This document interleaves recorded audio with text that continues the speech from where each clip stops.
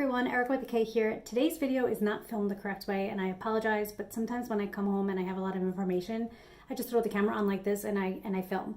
And that is what I did in this video. Not this clip. This clip I purposely filmed like this, but in this video I came home from a consultation to get my tubes removed and I wound up finding out something way different. So I wanted to keep in a lot of this video the original footage because that's like my true real emotions, and I've had time to process it since then, and so I just wanted to make sure that I showed you guys the truth, exactly how I felt and everything like that. So without further ado, I'm going to play that clip. The clip of this is before I had my prophylactic double mastectomy.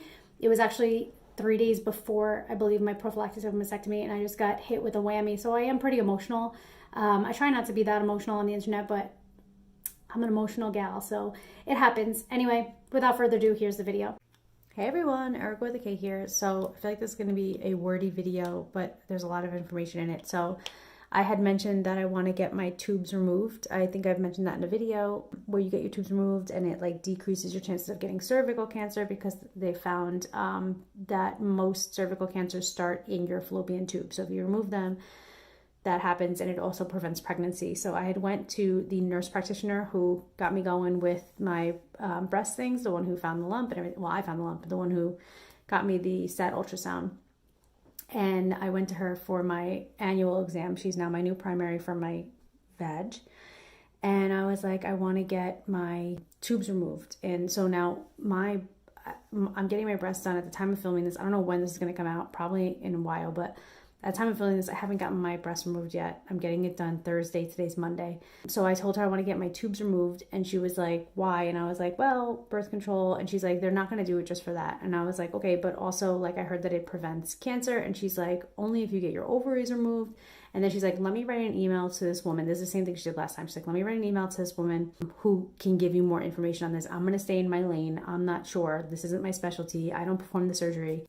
Which is what I love about the nurse practitioner. She doesn't have a great bedside manner, but like I hate being patronized, and she's just very like boom, boom, boom. And like I said to her, I was like, okay, I know you don't do it, but can you just point me in the direction of somebody who does, who will do this? And she was like, yeah. So she got me in touch with that person. Her schedulers called me. They scheduled an appointment for today. Today's Monday. So I got my annual done on Thursday, and today is Monday. And now my breast surgery is this coming up Thursday.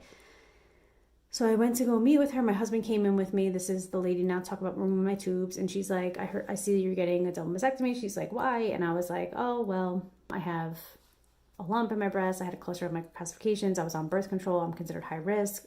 All the women in my family have gotten hysterectomies or had lumps or growths or something. And my grandmother had breast cancer. And she's like, did you get genetic testing? And I was like, no, I didn't. And she's like, okay. She was respecting my feelings and totally was like, you can't get pregnant. She's like, you can do IVF if you change your mind in the future, and once we remove your tubes, there is a workaround to do it, but it'll be a more difficult process to get pregnant. I'm like, we don't want to have kids. My husband was there. We're like, we don't want to have kids. Like, that's not an issue for us.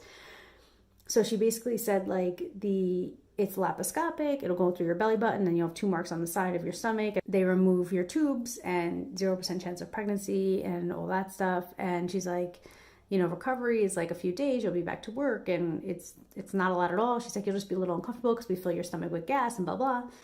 So I'm like, okay, great. Yeah, I definitely want to do it. She's like, all right, let's just do a quick exam. She's like, I'm going to order an ultrasound for you just to make sure that everything's okay down there.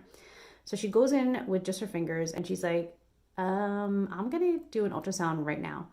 And I was like, okay. She's like, I think you have a fibroid. And I was like, okay. And so she winds up taking the thing out and doing it. And she's like, yeah, you have a fibroid. It's pushing on your rectum. And I was like, oh, is that why I've been constipated? And she's like, could be. And then,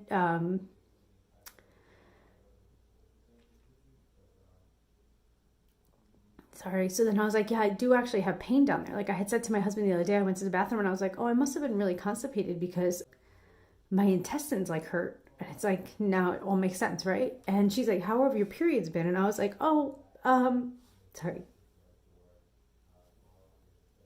I'm like, my periods, I actually just got off birth control. So my period's been fine. Before I used to I didn't say this, but before I went on birth control, I used to get really heavy periods and I haven't really gotten that. And so anyway, so she's like, looks and she's taking images and she's like, it's about 5 point something centimeters. And she's like, this is probably what your mom had. And I was like, yeah, my mom's was like the size of a grapefruit. She's like, well, yours is the size of an orange. And I was like, oh, okay. And I know my mom was like 46 because it was like right after my sweet 16 when she got it removed. And she had me when she was 30. So she was like 46. So I'm like on my way. I'm 10 years behind that. So she was like, what do you want to do? You can leave it if you want and just remove your tubes. And I was like, well, I'm healthy now. I'm young and I'm healthy, and let's just remove it now because I don't want to have to deal with this in the future. And she was like, fibroids do grow. She's like, in 3 years, you could be looking at like 3 centimeters bigger. Like it's going to grow.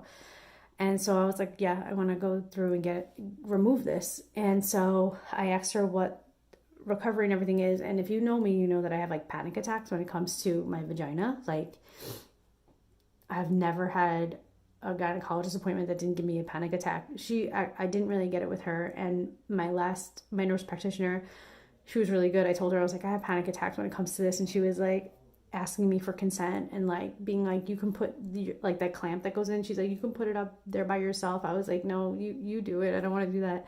But she was like asking for consent before she did any exams, and it was really good. And this woman was really good too. So that's been good. Let me blow my nose. Hold on. So she said they go in through my vagina. So it's not going to be laparoscopic through my belly button anymore. It's going to be in through my vagina, and they remove the tubes and they're going to remove the fibroid that I have there. I asked what recovery was like. She said 4 weeks before I can work out, like real workouts.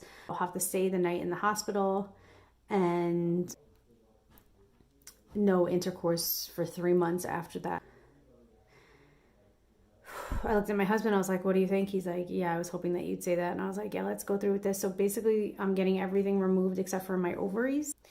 And I feel so many weird ways. I feel like, thankfully I found the lump because it put everything in motion. Thankfully I was like, my birth control, I have to go off of this. Thankfully I was like, let me get my tubes removed because like that, I need a contraceptive and I'm allergic to condoms and my birth control was messing me up.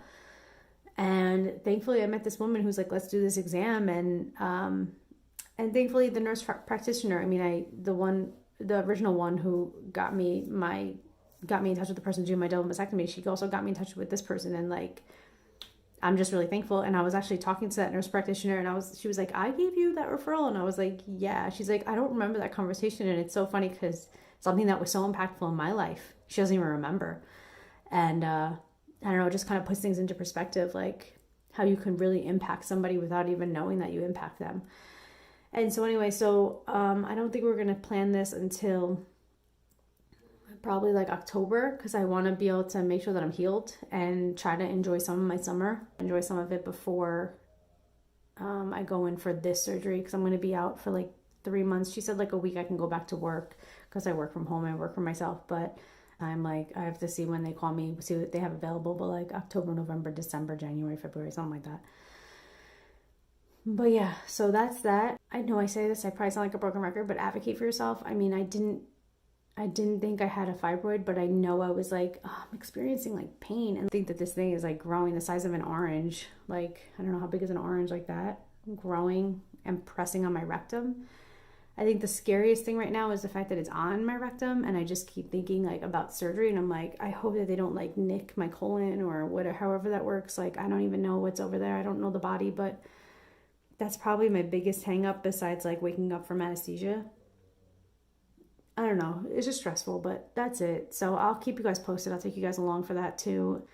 I love you all. Thank you for your love and support. By the time you see this video, it's going to be like a blast from the past because like I still have boobs and I'm not going to have boobs in the future. So when I actually post this, but thank you guys for watching and thank you for your love and support. And I'll keep you guys posted on this. I thought it was going to be a simple in and out, take my tubes and that's it. Yeah. Okay. I love you guys. I'll talk to you later. Bye.